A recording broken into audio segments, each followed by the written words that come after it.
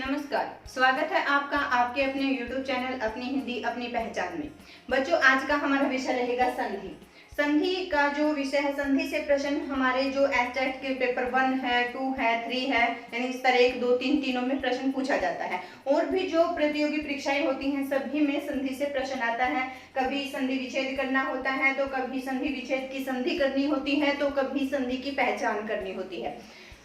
संधि क्या होती है? संधि का अर्थ होता है मेल। क्या होता है? मेल, या कह सकते हैं हम समझौता। समझौता संधि पहले भी होती आई है, देशों के बीच में भी होती है, व्यक्तियों के बीच में भी होती है। क्या होता है? मेल या समझौता। ये किसके बीच में होता है? जो दो शब्दों से एक नया शब्द बनता है वो प्रक्रिया होती है, वो समास होता है। लेकिन शब्द इसमें भी दो ही होते हैं, लेकिन उन दो शब्दों के दो वर्ण जो पास पास होते हैं उनके मिलने से जो विकार होता है उसे संधि कहते हैं। क्या इसकी परिभाषा क्या बनेगी आपकी? कि दो वर्णों के निकट आने से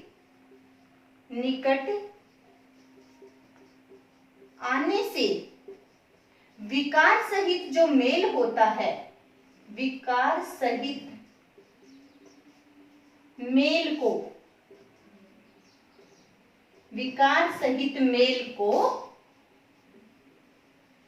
संधि कहते हैं। ठीक है, विकार मतलब परिवर्तन, मतलब उसके अंदर बदलाव। अब इसको समझते हैं हम उदाहरणों के द्वारा। जैसे यहां पर मैं 3 शब्द लिखती हूं। पहला लिखा मैंने देवालय, एक शब्द लिया हमने वागीश, और एक शब्द लिया हमने मनोरथ। ये हमारे पूरे शब्द हैं जो दो शब्दों से मिलकर बने हैं। जो दो शब्द थे उनके जो निकटवर्ती वर्ण थे उनके अंदर परिवर्तन हुआ और एक नए शब्द का निर्माण हुआ।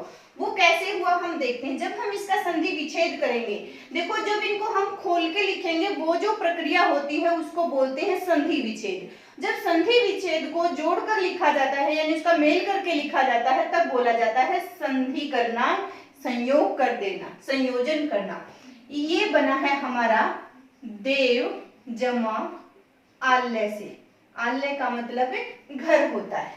ठीक है, इसी को समझते हैं पहले कि ये देव और आलय से देवालय कैसे बना, किन का मेल हुआ। जो पहला शब्द होता है उसका अंतिम वर्ण, क्या पहले शब्द का अंतिम वर्ण और दूसरे शब्द का प्रारंभिक यानी कि आरंभिक वर्ण मिलकर एक नया वर्ण बनाते हैं। जैसे यहां से हम अ लेंगे इसमें से वैसे, और ये रह जाएगा हमारा ऐसे देव। ठीक है, यहां से आ जाएगा हमारा आ और यहां रह जाएगा ले। ठीक, अब ये दोनों मिलकर बना देते हैं आ। ये संधि का अपना नियम है। और इसके जब जो स्वर होते हैं उनको जब हम व्यंजनों के साथ लिखते हैं, यदि आगे व्यंजन स्वर रहित है तो मात्रा रूप का प्रयोग होता है, यदि व्यंजन स्वर सहित है तो स्वर को जैसे का तैसा हम लिख सकते हैं। अब यहाँ पर तो हमारा व्यंजन रहित है, जहां मिलाना था वही लिखना है, तो हम इसके मात्रा रूप को यहाँ पर लिखेंगे। ये हमारा नया निर्माण हो गया, नया बना लिया हमने, बीच में दो वर्णों को मिलाकर एक नया वर्ण बन गया। और इन दोनों वर्णों के मिलाने से जो नया वर्ण बना उसके बनने से क्या एक नए शब्द का निर्माण हुआ। इस प्रकार हमारे शब्द भंडार में वृद्धि हुई। अब हम यहाँ पर उसको जोड़ेंगे तो ये हलंत हट जाएगा और ये पूरा शब्द आपका क्या बन जाएगा? देवालय। ये होती है संधि की प्रक्रिया की किस प्रकार दो शब्दों के दो वर्णों के मेल से एक विकार उत्पन्न होता है और उस विकार सहित जो मेल होता है उसको संधि कहते हैं। अब ये देखते हैं हम यहाँ पर, यदि इसका संधि विच्छेद हम करेंगे तो ये हो जाएगा वाक जमा ईश। ठीक है, यहां से हमने क लिया और यहाँ पर आगे ई है, इन दोनों के मिलाने से बन जाता है गी। अब आप सोच रहे होंगे कि यहाँ तो क है हमारा और यहाँ पर गी कैसे बन गया। इन संधि के अपने कुछ नियम होते हैं, जब हम आगे पढ़ेंगे आपको समझ आ जाएगा कि किस प्रकार यदि यहाँ पर क है तो आगे स्वर आने पर या कोई अन्य व्यंजन होते हैं उनके आने पर जो यहाँ ये वाला वर्ण होता है ये कैसे अपने से तीसरे में बदल जाता है, यानी कि क का ग में परिवर्तन हो जाता है। ये शब्द फिर बन गया हमारा, यहाँ पर ये निकाल लिया था का, तो ये क नीचे आ गया, वा बचा हुआ था, यहाँ से हमने ई निकाल लिया तो क्या बचा हुआ था, श बचा हुआ था। अब जो निर्माण हुआ हमारा इस गी का, इसको हम यहाँ पर लिख देंगे तो हमारा क्या शब्द बन गया, वागीश। इसी प्रकार हम इसको समझते हैं, ये होता है हमारा मने जमा रथ। इसके भी अपने नियम होते हैं। जब विसर्ग के बाद आपको रै मिले या कुछ और व्यंजन होते हैं, हम आगे वीडियो जब बनाएंगे आपको बताएंगे कि किस प्रकार यहाँ पर विसर्ग का परिवर्तन किस में हो जाता है, ओ में हो जाता है। और यहाँ पर यदि हम विसर्ग को निकाल लें यहाँ से तो ये किस में बदल गया, ओ में बदल गया। क्यों बदल गया, इसके आगे र आया हुआ है, तो यहाँ पर क्या बचा था हमारा, मना बच गया था यहाँ पर ऐसे, और यहाँ पर क्या है, र और थ, रथ है हमारा। जब हम इस रूप को यहाँ पर जोड़ेंगे तो इसका मात्रा रूप जुड़ जाएगा और ये हमारा शब्द बन जाएगा मनोरथ। क्या बन गया, मनोरथ। ठीक है, इस प्रकार से इन संधि करके एक नए शब्द का निर्माण करके शब्द भंडार को बढ़ाया जाता है। अब बात आती है कि आगे संधि के भेद। क्या संधि के भेद, संधि के 3 भेद माने गए हैं। 3 भेद वो कौन से होते हैं, नंबर 1 होता है हमारा स्वर संधि, स्वर संधि। दूसरे नंबर पर होता है व्यंजन संधि, व्यंजन संधि। और आगे होता है विसर्ग संधि, विसर्ग संधि। ठीक है, इनकी परिभाषा यदि हम देखें तो कह सकते हैं कि जब स्वर के बाद स्वर आने पर विकार सहित जो मेल होता है, स्वर के बाद क्या आएगा, स्वर आएगा, पहले स्वर होगा यहाँ पर, उसके बाद भी क्या आएगा, स्वर होगा। इनके मेल से जो विकार उत्पन्न होगा, उसे जो शब्द बने उसे कहते हैं स्वर संधि, उस प्रक्रिया को स्वर संधि। अब यहाँ पर व्यंजन के बाद क्या आएगा, व्यंजन के साथ स्वर या व्यंजन आने पर, स्वर या व्यंजन आने पर जो विकार सहित जो मेल होगा उसे व्यंजन संधि कहा जाता है। यहाँ पर जो है वो किसके बाद, विसर्ग के बाद या स्वर या व्यंजन आने पर, स्वर या व्यंजन आने पर विकार सहित जो मेल होगा उसे विसर्ग संधि कहा जाता है। ठीक है, ये बात यहाँ तक। अब इनके भी उदाहरण, अब आप देखिए जो मैंने ऊपर 3 उदाहरण आपको बताए हैं वो तीनों संधियों के उदाहरण हैं। ये हो जाता है हमारा स्वर संधि का उदाहरण, ये हो जाता है व्यंजन संधि का उदाहरण, और ये हो जाता है हमारा विसर्ग संधि का उदाहरण। यहाँ पर देखिए, यहाँ पर भी जो अंतिम वर्ण है उसमें स्वर है, जो आरंभिक वर्ण है दूसरे शब्द का उसमें भी स्वर है, इनका मिलन हुआ और एक नया स्वर आ बन गया।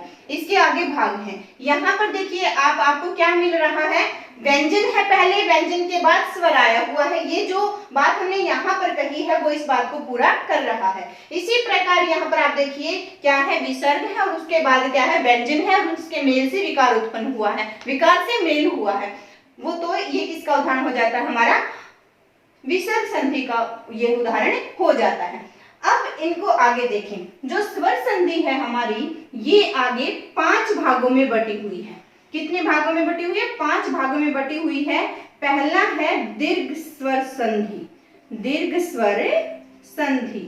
दूसरा है इसका गुण स्वर संधि, गुण स्वर संधि।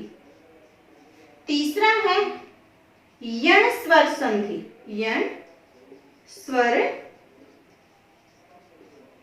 संधि। चौथे नंबर पर है,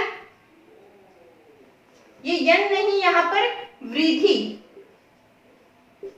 वृद्धि स्वर संधि, यण स्वर संधि, यण स्वर संधि। और 5वें नंबर पर अयादि स्वर संधि, अयादि स्वर संधि। अब जैसे मैंने यहाँ पर पहले यण लिख दिया था, फिर वृद्धि लिखा है, तो हो सकता था ये भी मान सकते हैं हम वृद्धि बाद में लिख देते, यण पहले क्यों लिख दिया? ये इसलिए इसके साथ लिखा जाता है क्योंकि जो इसके नियम बनते हैं उनमें से थोड़ी बढ़ोतरी होने के बाद वृद्धि का नंबर आता है, इसीलिए यदि हम इनको साथ साथ लिखेंगे तो ये अच्छे से याद हो जाएंगे। इस प्रकार आपकी स्वर संधि के कितने हो जाते हैं? 5 भेद हो जाते हैं। दीर्घ स्वर संधि, गौण स्वर संधि, वृद्धि स्वर संधि, यण स्वर संधि और अयादि स्वर संधि। जो व्यंजन संधि है और विसर्ग संधि है, इनके भेद नहीं है, लेकिन इनके बहुत सारे नियम आपके आगे आ सकते हैं। एक बार इसकी दोहराई करते हैं, आप इसको किस तरीके से याद कर सकते हैं। जैसे संधि एक परिवार है, इस संधि के अंदर 3 बहनें हैं, स्वर संधि, व्यंजन संधि, विसर्ग संधि। जो व्यंजन संधि है, विसर्ग संधि है, उनके अपने कुछ नियम है, आगे उनकी कोई औलाद नहीं है। जो स्वर संधि है उसकी आगे 5 पुत्रियां हैं, वो कौन सी हैं? दीर्घ संधि है, गुण संधि है, वृद्धि संधि, यण संधि और अयादि संधि। किसी भी तरीके से यदि आपको ऐसे याद होते हैं तो ऐसे कर सकते हैं, एक इनका रूप मान के, इनको परिवार मान के याद कर सकते हो तो आप वैसे याद कर सकते हो। अब एक और प्रश्न आपसे पूछा जाता है, कई बार आपसे जो शब्द दे दिए जाते हैं कई सारे, या एक शब्द दे दिया जाता है और आपसे पूछा जाता है कि आप पहचानिए कि ये कौन सी संधि है। जो ये है हमारी मुख्य रूप से जो संधि है, स्वर संधि, व्यंजन संधि, विसर्ग संधि, इनकी पहचान आपको इनके अंदर से ही मिल जाएगी, इनकी परिभाषा से ही मिल जाएगी। देखिए, यदि जो आप खोल के देखना, शब्द को खोल के देखोगे, जब आप यानी उसका संधि विच्छेद करके देखोगे, जो पहला शब्द होगा उसके अंतिम वर्ण पर ध्यान देना, वहां पर यदि आपको स्वर मिले तो वो स्वर संधि होगी, ठीक है। यदि वहां पर आपको व्यंजन मिले तो व्यंजन संधि होगी, और यदि वहां पर आपको विसर्ग मिले तो वो कौन सी संधि होगी? विसर्ग संधि होगी, बशर्ते आपको संधि विच्छेद करना आना चाहिए। और आप यदि अच्छे से इनको करते चलोगे तो मैं आपको दावे के साथ कह सकती हूँ कि आप जब पूरी वीडियो देखोगे और इनको करके देखोगे, करके देखना आपको होगा, वो सिर्फ एक बार वीडियो देखने से या सिर्फ एक बार पढ़ने से नहीं होता, आपको इनका अभ्यास करना होगा। उसके बाद आपको एक बार यदि समझ में आ गई तो फिर आप भूल नहीं पाओगे। आज की वीडियो में इतना ही। अगली वीडियो में दीर्घ संधि के साथ हम फिर मिलेंगे। वीडियो को लाइक, शेयर, सब्सक्राइब जरूर करना। जय हिंद, जय भारत, खुश रहना, स्वस्थ रहना।